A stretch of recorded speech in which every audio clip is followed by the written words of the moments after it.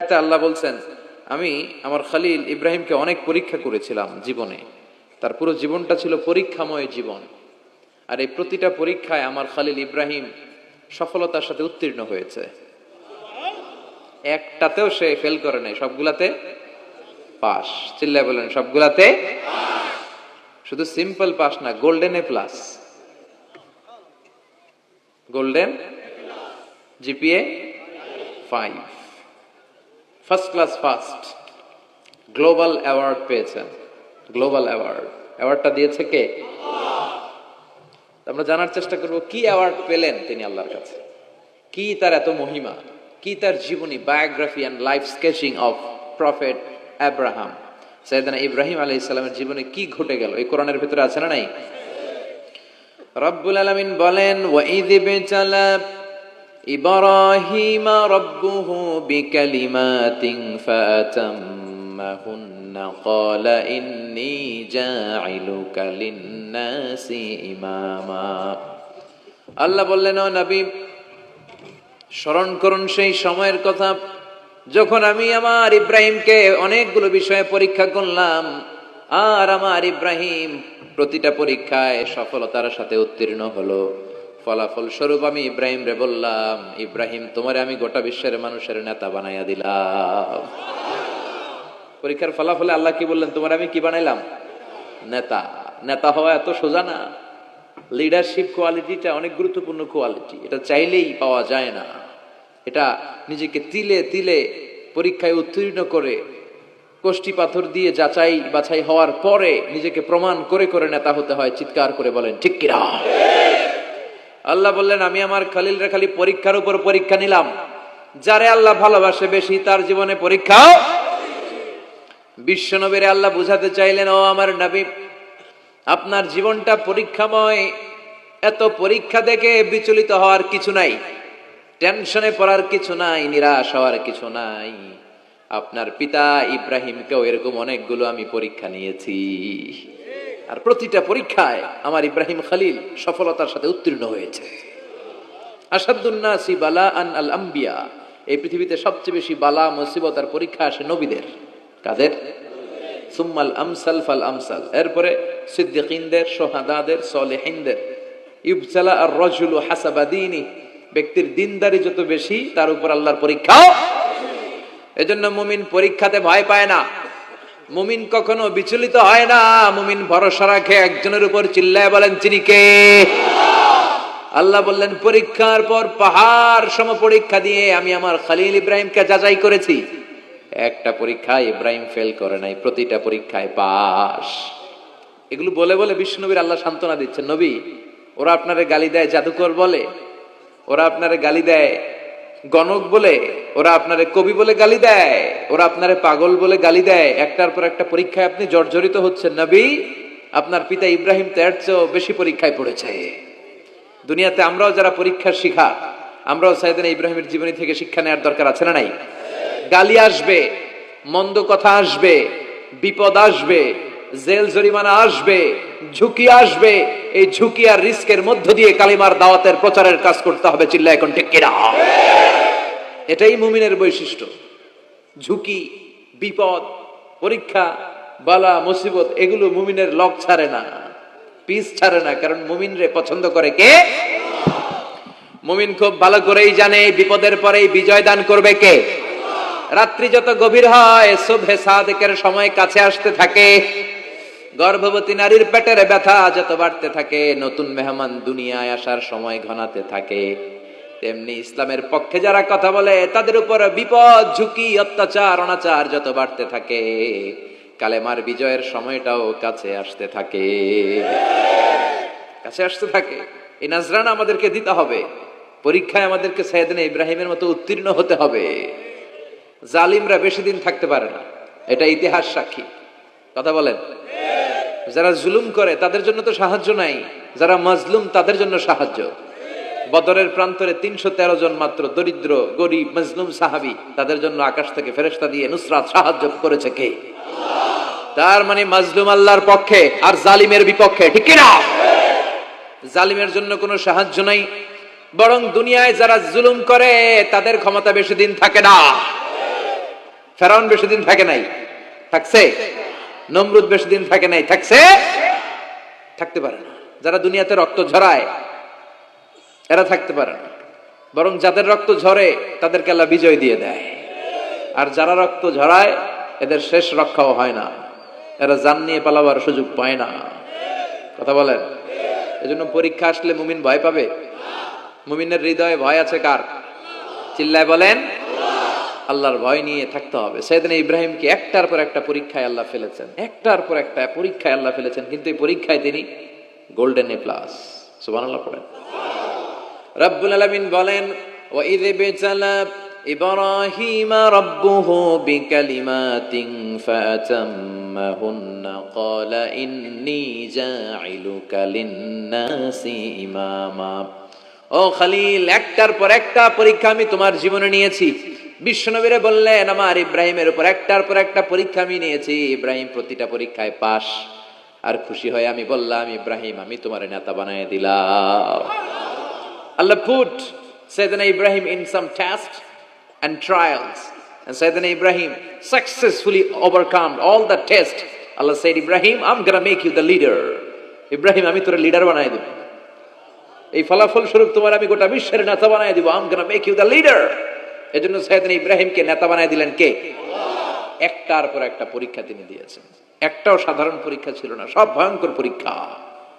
পরীক্ষাগুলো ছিল অগ্নি পরীক্ষা। পরীক্ষা নাম্বার 1 ইলকাউহু ফিন্নার, আগুনের পরীক্ষা।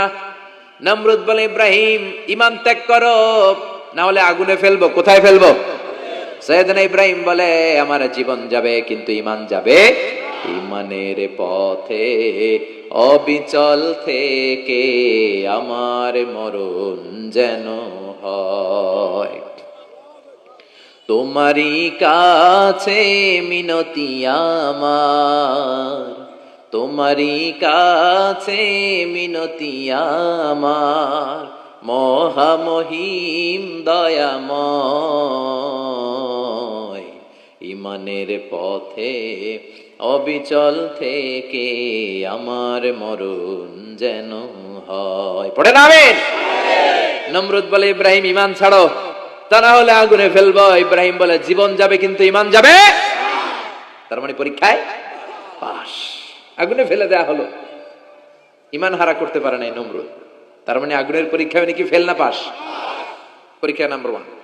পরীক্ষা নাম্বার 2 আল্লাহ বললেন, ইব্রাহিম কলিজার টুকরা সন্তান ইসমাইলকে আর প্রিয়তমা স্ত্রী হাজারকে মক্কার ধুধু প্রান্তরে রেখে আসো, যেখানে কোনো মানুষ নাই, কোনো পাখি নাই, কোনো প্রাণী নাই, কোনো খাওয়ার পানিও নাই, কেউ নাই, জনমানব শূন্য এলাকার মধ্যে ফ্যামিলির সবাইকে রেখে আসো, ইসমাইলরেও রেখে আসো, হাজারকেও রেখে আসো। কোনো টু শব্দ করলেন না। সাইয়েদনা ইব্রাহিম কিছু জিজ্ঞেসও করলেন না, বলার সাথে সাথে ওনার স্ত্রী আর কলিজার টুকরা বাচ্চাটারে মক্কার ধুধু প্রান্তরে রেখে দিয়ে আসলেন। এই পরীক্ষায়ও, কথা বলেন, এই পরীক্ষায়ও আমাদেরকে যদি আল্লাহ বলে, যাও তোমার সন্তান তোমার স্ত্রীকে রেখে আসো সাহারা মরুভূমিতে, পারবেন? হ্যাঁ, কি পরীক্ষা দিয়ে আল্লাহর প্রিয় হয়েছে। তার মানে আগুনের পরীক্ষায় পাস, ফ্যামিলি বিসর্জন দেওয়ার পরীক্ষায় পাস। এবার আল্লাহ দেখলেন সাইয়েদনা ইব্রাহিমের হৃদয়ের মধ্যে ইসমাইলের জন্য ভালোবাসা বেশি না কম? কত বেশি জানেন? সাইয়েদনা ইসমাইল যখন দুনিয়াতে এসেছে তখন সাইয়েদনা ইব্রাহিম আলাইহিস সালামের বয়স ছিল 86। কত? আপনাকে বাগেরহাটে 86 বছর বয়সে কারো বাচ্চা কাচ্চা হয়? হ্যাঁ, আছে এরকম পালোয়ান? আছে কেউ? নাই। সাইয়েদনা ইসমাইল যখন এসেছে দুনিয়ায় তখন সাইয়েদনা ইব্রাহিমের বয়স কত ছিল? 86। তার মানে 86টা বছর আল্লাহর কাছে কাঁদছে আর দোয়া করছে, আল্লাহ একটা সন্তান দাও দাও দাও, দেয় নাই। 86 বছর বয়সে যে যেই সন্তানটা দিল, ওই সন্তানের প্রতি মায়া, দরদ, মোহব্বত, ভালোবাসা বেশি না কম? আল্লাহ দেখতে চাইলেন ওই ছেলের জন্য মায়া বেশি নাকি আল্লাহর জন্য বেশি। আল্লাহ ডেকে বললেন, ইব্রাহিম দেখি হৃদয়ে কার জন্য দরদ আর ভালোবাসাটা বেশি। যাও আমার সন্তুষ্টির জন্য 86 বছর বয়সে পাওয়া কলিজার টুকরা দুধের বাচ্চা ইসমাইলকে জবাই করে আমার খুশি অর্জন করো। জবাই করো, স্যাক্রিফাইস করো, আমার জন্য উৎসর্গ করো। বলতে দেরি, ছুরি নিয়ে গলার মধ্যে ছুরি চালাতে 1 সেকেন্ডও দেরি করে নেই। সুবহানাল্লাহ পড়েন। তার মানে এই পরীক্ষায়ও আল্লাহ বললেন, ক্বাদ সাদ্দাকতার রুইয়া ইন্না কাযালিকা নাজজিল মুহসিনিন। ইব্রাহিম ছুরি আর চালায়ও না, ইসমাইলরে মারা আমার উদ্দেশ্য না, তোমার হৃদয়টা দেখা উদ্দেশ্য। এই ইসমাইল মরে গেলে তো সব ঘটনা উলট পালট লেগে যাবে, কারণ আখিরি জামানার পয়গাম্বর বিশ্বনবী মুহাম্মদ রাসূলুল্লাহ সাল্লাল্লাহু আলাইহি ওয়াসাল্লাম এই ইসমাইলের বংশে পৃথিবীতে আগমন করবে। চিল্লায় এখন ঠিক কিনা? ইসমাইলকে বাঁচিয়ে রাখা আল্লাহর জন্য ওয়াজিব, আল্লাহ নিজের জন্য এটাকে আবশ্যক করেছেন। সুবহানাল্লাহ পড়েন। Could you imagine কি স্যাক্রিফাইস তিনি করেছেন? প্রতিটা পরীক্ষায় পাস। পরীক্ষা নাম্বার 4 আল্লাহ বললেন, ইব্রাহিম আগুনের পরীক্ষায় পাস করলাম, পরিবার বিসর্জনের পরীক্ষায় পাস করলা, সন্তান বিসর্জনের পরীক্ষায় পাস করলা, এখন তোমার আমি একটা গুরু দায়িত্ব দেব রে ইব্রাহিম, অনেক বড় দায়িত্ব, পারবা কিনা বলো? সাইয়েদনা ইব্রাহিম বলে লাব্বাইক। সুবহানাল্লাহ পড়ে। কি দায়িত্ব আল্লাহ? তোমারে আমি হজ প্রোগ্রামের এমডি বানাই দিলাম, ম্যানেজিং ডাইরেক্টর অফ হজ প্রোগ্রাম, হজের এমডি। তুমি হজের কাফেলা করো, তুমি হজের বন্দোবস্ত করো, দেখি এইটাতে তুমি কতটুকু সাকসেসফুল হতে পারো। সুবহানাল্লাহ পড়েন। সাইয়েদনা ইব্রাহিম বললেন, আল্লাহ কি কি করতে হবে খালি কন। আল্লাহ বলল, প্রথমে আমার ঘর বানাও, কারণ হজ করতে হলে আল্লাহর ঘরের দরকার আছে না নাই? وَإِذْ يَرْفَعُ إِبْرَاهِيمُ الْقَوَاعِدَ مِنَ الْبَيْتِ وَإِسْمَاعِيلُ رَبَّنَا تَقَبَّلْ مِنَّا إِنَّكَ أَنْتَ السَّمِيعُ الْعَلِيمُ। সুবহানাল্লাহ পড়েন। সাইয়েদনা ইব্রাহিম, সাইয়েদনা ইসমাইল বাপ বেটা মিলে কাবা ঘর বানাতে শুরু করলো, পাথর কেটে কাবা ঘর বানাতে শুরু করলো।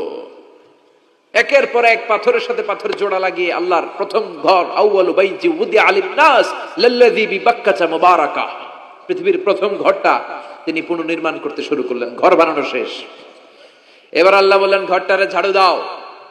কি দাও? জোরে কোন কি দাও? আল্লাহর ঘর ঝাড়ু দেওয়া অনেক সওয়াবের কাজ। দিবেন কেউ কোনোদিন? নাকি খালি মুয়াজ্জিন হুজুরের দমকান? হ্যাঁ, ঝাড়ু দেন নাই কেন? ওই বেটা খাদেম ঝাড়ু দিলি না কেন? এরকম ডাকাইত আসরা নাই? খালি মুয়াজ্জিনের দোষ, খালি খাদেমের দোষ। মসজিদের খাদেম আমরা সবাই। আপনি হতে পারেন সেক্রেটারি, হতে পারেন সভাপতি, হতে পারেন মেম্বার অফ দা পার্লামেন্ট, সব লোকগুলো আল্লাহর মসজিদের খাদেম। চিল্লায় বলেন ঠিক কিনা? আপনি ঝাড়ু দেন একবার, আপনি মসজিদে। শোনো আমারে মুনাজাত, শোনো শোনো ইয়া ইলাহি আমারে মুনাজাত, শোনো আমারে মুনাজাত। পড়েন আমিন। এবার বাপ বেটা মিলে ঝাড়ু দিতে শুরু করলেন। আল্লাহ বললেন, তাহহিরা বাইতিয়া লিত-তাইফিনা ওয়াল আকিফিনা ওয়ার রুকআইস সুজুদ। ইব্রাহিম ইসমাইল বাপ বেটা মিলে কাবা ঘর ঝাড়ু দাও। ঝাড়ু দিলেন, তাহলে কাবা ঘর বানানো শেষ, ঝাড়ু দাও। এবার আল্লাহ বললেন, হজের আজান দাও। কি দাও? ওয়াআযিন ফিন-নাসি বিল-হাজ্জি ইয়াতুকা রিজালান ওয়া আলা কুল্লি দামির ইয়াতিনা মিন কুল্লি ফাজ্জিন আমিক। সুবহানাল্লাহ পড়েন। ওয়াআযিন ফিন-নাসি বিল-হাজ্জ। ইব্রাহিম কাবা ঘর বানালাম, ঘরটারে ঝাড়ু দিয়ে তাওয়াফকারী, রুকুকারী, সিজদাকারী, ইতিকাফকারীদের জন্য পরিচ্ছন্ন করলা। এবার হজের জন্য আজান দাও। হজ যে করা লাগবে একটা ঘোষণা দাও। সাইয়েদনা ইব্রাহিম বলে, আল্লাহ এমন জায়গায় ঘর বানাতে বললেন এখানে মানুষ নাই, প্রাণী নাই, কেউ নাই, কাউরে দেখা যায় না, কার সামনে হজের ঘোষণা দেব, হজের আজান দেব? কাউরে তো আমি দেখি না। আল্লাহ বললেন, ইব্রাহিম তুমি একটা বড় পাথরের উপরে দাঁড়িয়ে হজের ঘোষণা দাও, দুনিয়ায় অবস্থিত সবগুলো মানুষের কানের মধ্যে ওই আজানের ঘোষণা আমি আল্লাহ পৌঁছে দেব। উনি দাঁড়িয়ে আজান দিলেন, ইয়া আইয়ুহান নাস ইত্তাখাযাল্লাহু বাইতান লিল হজ। আল্লাহ হজের জন্য একটা ঘর বানিয়েছেন, আসো আসো, তাদের সামর্থ্য আছে এসে হজ করে যাও। তখন পৃথিবীতে যত লোক ছিল প্রতিটা মানুষের কানের ভেতরে আল্লাহ আজানের ধ্বনি পৌঁছে দিয়েছে। আমরা যারা ছিলাম না, আমরা ওই সময় ছিলাম, কয়েছিলেন আলামুল আরওয়াহে, রুহের জগতে, রুহের জগতেও আমরা যারা ছিলাম আমাদের কানের মধ্যে এই ধ্বনিটা পৌঁছে দিয়েছে কে? ওই রুহের জগতে থাকা অবস্থায় যারা আমরা লাব্বাইক বলে আওয়াজ করতে পেরেছি, তাদের নসিবে কাবা ঘর জিয়ারতের সুযোগ করে দিবে কে? যারা আমরা লাব্বাইক করতে পারছিলাম তাদের নসিবে কাবা ঘরের জিয়ারত আছে না নাই? তার মানে আল্লাহ বললেন হজের এমডি বানাইছে আল্লাহ, ম্যানেজিং ডাইরেক্টর। আল্লাহ বললেন কাবা ঘর বানাও, বানালেন। ঘর পরিষ্কার করো, করলেন। আজান দাও, আজান দিলেন। তার মানে হজ প্রোগ্রামের যে দায়িত্ব এই পরীক্ষায়ও, কথা বুঝে নাই মনে হয়, হজ প্রোগ্রামের দায়িত্ব এটাতেও পাস। একটার পর একটা পরীক্ষা দিয়েছেন। সব শেষে আল্লাহ পরীক্ষা নিলেন, ইব্রাহিম তোমার বয়স এখন 80 বছর, এবার নিজ হাতে তুমি সুন্নাতে খাতনা করো। কি করো? নিজ হাতে সুন্নাতে খাতনা। সহিহ বুখারীর বর্ণনা। ইখতাতানা সাইয়েদনা ইব্রাহিম আলাইহিস সালাম ওহু ইবনু 80 সানা বিল কদম। কুঠার দিয়ে নিজ হাতে নিজের লজ্জাস্থানের সামনের চামড়ার অংশটা কেটে তিনি নিজ হাতে 80 বছর বয়সে নিজের সুন্নাতে খাতনা করেছেন। এমনি এমনি আল্লাহর প্রিয় হয় নাই, এমনি এমনি আল্লাহ লিডার বানায় নাই। আল্লাহ এমনি বলে নাই I'm gonna make you the leader, গোটা বিশ্বের মানুষের নেতৃত্ব দেওয়ার জন্য আমি তোমারে তৈরি করেছি। এমনি হয় নাই, একটার পর একটা পরীক্ষা দিয়ে নিজেকে প্রমাণ করার মধ্য দিয়ে তিনি নেতৃত্বের আসনে আসীন হয়েছেন। চিৎকার করে বলেন ঠিক কিনা? সে আল্লাহ ডেকে বললেন, গোলাম এই ইব্রাহিমের জীবনে তোমাদের জন্য আমি আদর্শ রেখে দিয়েছি। আমি পৃথিবীর বুকে কয়েকজন নবীকে সিলেক্ট করেছি, তার মধ্যে ইব্রাহিমের মর্যাদা আসরাডাই। ওনার ফ্যামিলি, ওনার যে ফ্যামিলিটা, it's a blessed family ever in the world. পৃথিবীর সবচেয়ে বরকতময় ফ্যামিলির একটা ফ্যামিলি। এই ফ্যামিলি যেখানেই হাত লাগাইছে ওটা বরকত হয়ে গেছে, যেটা ধরছে মাটি সোনা হয়ে গেছে। কি বরকত! সাইয়েদনা ইব্রাহিম আলাইহিস সালামের পায়ের ছোঁয়া লেগেছিল একটা পাথরে। তিনি যখন কাবা বানাচ্ছেন আর উপরে ওঠে না, বানাতে বানাতে আর নাগাল পায় না, বললেন আল্লাহ এবার কি করি? এই পাথরে দাঁড়িয়ে তুমি কাবা বানাও। বলা হয় যে এই পাথরটা এত শক্তিশালী ছিল, ওনার উপরে ওঠা দরকার লিফটের মতো, পাথরটা উপরে উঠে যেত, নিচে নামা দরকার নিচে নেমে যেত। আবার এই পাথরের জায়গাটাকে আল্লাহ তাআলা নামাজের মুসল্লা বানিয়ে দিয়েছেন, আমাদের জন্য নামাজের মুসল্লা। ওয়াত্তাখিযু মিন মাকামি ইব্রাহিমা মুসাল্লা। আল্লাহ বললেন গোটা বিশ্বের সব মুমিনদের জন্য মাকামে ইব্রাহিমরে আমি মুসল্লা বানায় দিলাম। বিশ্বনবী যখনই তাওয়াফ করে 2 রাকাত নামাজ পড়তেন, মাকামে ইব্রাহিমের সামনে এসে 2 রাকাত সালাত পড়তেন। আমরাও যারা তাওয়াফ করি, প্রতিটা তাওয়াফের পরে এই মাকামে ইব্রাহিমের সামনে এসে নামাজ পড়তে হয়, জানেন না? পড়ছেন না আপনারা? হাজিরা পড়তে হয়। এই পাথরটা এখনো আছে। দেখেন, ওনার স্মৃতিকে চির অম্লান করার জন্য, সাইয়েদনা ইব্রাহিমের শিক্ষাকে চিরস্মরণীয় করে রাখার জন্য ওনার ফুটপ্রিন্ট, পায়ের ছাপ যে পাথরে লেগেছে, এই পাথরটাকে কাবা ঘরের একেবারে পাশে 11 মিটার উঁচু একটা ছোট্ট গ্লাস ফিটিং করা, ডিজাইন করা মিনারার ভেতরে ওইখানে স্থাপন করা। যারা তাওয়াফ করে ওইটার পাশ দিয়ে তাওয়াফ করতে হয়, আর তাওয়াফ শেষ হলে ওইটার সামনে 2 রাকাত নামাজ পড়তে হয়। বরকত আছে না নাই? ওনার পা লাগছে, এই জায়গা হয়ে গেছে মুসল্লা। এবার ওনার ছেলের পা লাগছে মরুভূমিতে, ওইটা হয়ে গেছে জমজমের কূপ। সাইয়েদনা ইসমাইল, ওনাকে রেখে হাজার দৌড়াদৌড়ি শুরু করলেন, সাফা থেকে মারওয়া, মারওয়া থেকে সাফা। আহা, এখন এয়ার কন্ডিশন করা, 4 তলা এয়ার কন্ডিশন করা, এত সুন্দর পরিবেশ, এরপরে দৌড়াতে দৌড়াতে আমাদের ঘাম ছুটে যায়। না জানি সাইয়েদাতুনা হাজার কি কষ্ট করে সেখানে দৌড়াদৌড়ি করেছিলেন, না জানি উনার কি কষ্ট পোহাতে হয়েছিল। উনি সাফা থেকে মারওয়া একবার, মারওয়া থেকে সাফা একবার 60টা চক্কর দিলেন। এই 60টা চক্কর, এই দৌড়াদৌড়িটা আল্লাহর কাছে এত ভালো লেগেছে, কিয়ামত পর্যন্ত সব হাজীদের জন্য এই জায়গায় দৌড়াদৌড়ি করাটা আল্লাহ ওয়াজিব করে দিয়েছে। এটা না করলে আপনার হজই হবে না, এখানে দৌড়াদৌড়ি করা ওয়াজিব। দেখেন ওনার ওয়াইফের কাজ কত বরকতময়, উনি দৌড়াদৌড়ি করছেন, এখন আমাদের হজে যে দৌড়াদৌড়ি করা লাগে। সুবহানাল্লাহ পড়বেন না? সাইয়েদনা ইসমাঈল আলাইহিস সালামকে মরুভূমির মধ্যে রেখে উনি দৌড়াদৌড়ি করলেন, পানি নাই, পানির অভাব, দৌড়ে আসলেন। এসে দেখে সাইয়েদনা ইসমাঈল আলাইহিস সালামের পায়ের ধাক্কায় জমজমের পানি বের হতে শুরু করছে, কল কল কল কল করে আওয়াজ। সাইয়েদনা ইব্রাহিম, ইসমাঈল, হাজার এরা আরবি ভাষা জানতেন না, এরা সুরিয়ানি ভাষার মানুষ ছিলেন। কোন ভাষার? সুরিয়ানি ভাষা। তো পানি দেখে হাজার খুব অবাক, কিরে এত সুন্দর পানি, এই পানি তো মরুভূমির বালিতে লেগে সব শুকিয়ে যাবে। পানি যাতে না শুকায় উনি বালি চারদিক দিয়ে উঁচু করে এরকম বাদ দিতে লাগলেন, বাদ দিচ্ছেন আর ওনার সুরিয়ানি ভাষায় বলতে লাগলেন ঝাম ঝাম, মানে হচ্ছে থাম থাম, ঝাম মানে স্টপ, থাম থাম, কেফ, আরে পানি চলে যাস না, চলে গেলে তো পানি ব্যবহার করতে পারবো না, ঝাম ঝাম ঝাম ঝাম। ওনার মুখনিসৃত এই ঝাম ঝাম শব্দ দুইটা আল্লাহর এত ভালো লাগলো, কিয়ামত পর্যন্ত এই কুয়ার নাম আল্লাহ ঝমঝমের কুয়া বানাই দিলেন। এটার নাম বিইরু ঝমঝম। বিষ্ণু বললেন মা উ ঝমঝম লিমা শুরিবা লাহু, এই জমজমের পানির এত বরকত, যেই রোগের নিয়ত করে এই পানি খাবেন ওই রোগ থেকে শেফা দিবে কে? আবার বিষ্ণু বললেন ইন্নাহা তুআমু তুমিন শিফাউ সুকমিন ইন্নাহা মুবারাকা, এই জমজমের পানি গোটা বিশ্বের সব পানির মধ্য থেকে সব চাইতে বরকতের পানি। এই পানির মধ্যে রোগের জন্য চিকিৎসা আছে, মানুষের ক্ষুধা লাগলে এটার ভেতরে খাবারের উপাদান আছে। পৃথিবীর সব পানি শুধু তৃষ্ণা নিবারণ করে, শুধু জমজমের পানি তৃষ্ণাও নিবারণ করে, ক্ষুধাও নিবারণ করে। জাপানের কিছু জিওলজিস্ট, ভূতত্ত্ববিদ গবেষণা করে পেয়েছে এই পানির মধ্যে ফুড সাপ্লিমেন্টারি আছে, মানে খাদ্যের পরিপূরক। কিছু না খাইয়ে এই পানি খাইলে ক্ষুধা নিবারণ হয়ে যায়। আবার বিশ্বনবীকে যখন সিনা চাক করা হবে, মেরাজ রজনীতে সাইয়েদনা জিব্রাইল বিশ্বনবীর গলা থেকে নাভি পর্যন্ত পুরোটা কেটে হৃদয়টা বের করে এই জামজামের পানি দিয়ে ধৌত করেছিলেন। তার মানে এই ফ্যামিলি যেইখানে হাত লাগাইছে ওইখানে বরকত আছে না নাই? যেখানে হাত ওইখানে বরকত। বাবা পা লাগাইছে মাকাম ইব্রাহিম, ছেলে পা লাগাইছে জামজামের কুয়া, হাজার দৌড়দৌড়ি করেছে আস-সা'য়ু বাইনা সাফা ওয়াল মারওয়া হজের মধ্যে ওয়াজিব করে দিয়েছে কে? আবার আল্লাহ বললেন ওয়াজআলনা ফি যুররিয়াতিহিন নুবুওয়াতা ওয়াল কিতাব, আমি খুশি হয়ে এই ইব্রাহিমের বংশের মধ্যে নবুয়ত দিয়েছি, আবার কিতাবও দিয়েছি। সুবহানাল্লাহ বলেন। তিনি নবুয়ত দিয়েছেন। পৃথিবীতে যত নবী আসছে সব সাইয়েদনা ইব্রাহিমের নাতিপুতি। সব কি বিশ্বাস হয় না? এই পৃথিবীতে যত পয়গম্বর এসেছেন তার 99.99% নবীরাই ওনার ছেলে আর নাতিপুতি। চিল্লায় পড়েন আল্লাহু আকবার। এজন্য ওনারে বলা হয় আবুল আম্বিয়া, father of the all prophets, সব নবীদের বাবা। ওনার বয়স যখন 86 তখন আল্লাহ সাইয়েদনা ইসমাইলকে দিলেন। বয়স যখন 100 তখন সাইয়েদনা ইসহাক আলাইহিস সালামকে আল্লাহ দিলেন।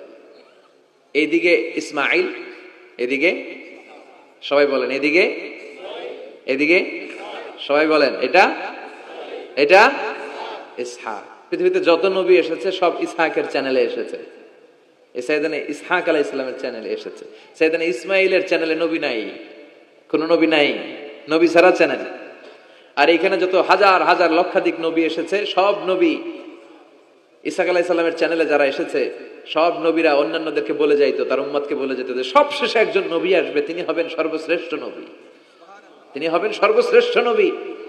তো এদের এই চ্যানেলে এত নবী, এরা ভাবছে ওই সর্বশেষ নবীটাও এদিক দিয়েই আসবে। কিন্তু আল্লাহ হাজার হাজার লক্ষ নবী এই চ্যানেলে পাঠালেন, কিন্তু সর্বশেষ নবীটা এইখানে পাঠালেন না। সর্বশেষ চ্যানেলের নবীটা আল্লাহ এই চ্যানেলে পাঠাই দিলেন। সর্বশেষ নবীটা সাইয়েদনা ইসমাইলের চ্যানেলে এসেছে। এজন্য ওরা হচ্ছে বানি ইসরাইল আর আমরা হচ্ছি বানি ইসমাইল। সুবহানাল্লাহ পড়বেন না? উনার ধর্ম, উনার চেইন থেকে ইহুদিবাদ, খ্রিস্টবাদ, ইসলাম, এই তিন ধর্মের জন্ম। ইহুদিবাদও আল্লাহর দেয়া ধর্ম, খ্রিস্টবাদও আল্লাহর দেয়া ধর্ম, কিন্তু আল্লাহর দেয়া শরীয়তের উপর ওরা অবশিষ্ট থাকে নাই, থেকেছে শুধু ইসলাম। ঠিক কিনা? এজন্য আমরা প্রত্যেক নামাজে পড়ি গায়রিল মাগদুবি আলাইহিম ওয়ালাদ-দাল্লিন। ও আল্লাহ, গায়রিল মাগদুব, যাদের উপর তোমার রাগ ক্রোধ, তাদের পথ আমরা চাই না, ওরা হলো ইহুদিরা। ওয়ালাদ-দাল্লিন, আর যারা ভ্রষ্ট তাদের পথও চাই না, এরা হলো নাসারারা। তিন ধর্মের গোড়া সাইয়েদনা ইব্রাহিমের সাথে লেগেছে। এজন্য এই তিন ধর্মকে একসাথে বলে কম্পারেটিভ রিলিজিয়ন, তুলনামূলক ধর্মতত্ত্বের ভাষায় অ্যাব্রাহামেটিক ফেইথ। কি বলে? অ্যাব্রাহামেটিক ফেইথ বলে। এজন্য ওনাকে বলা হয় আবুল আম্বিয়া। সব নবীরা এই চ্যানেলে এসেছে, তার মানে সব নবী সাইয়েদনা ইব্রাহিমের নাতিপুতি। আবার এই প্রতিটা নবীর জন্য আল্লাহ তাআলা আকাশ থেকে কিতাব নাজিল করেছেন। চিল্লায় বলেন ঠিক কিনা?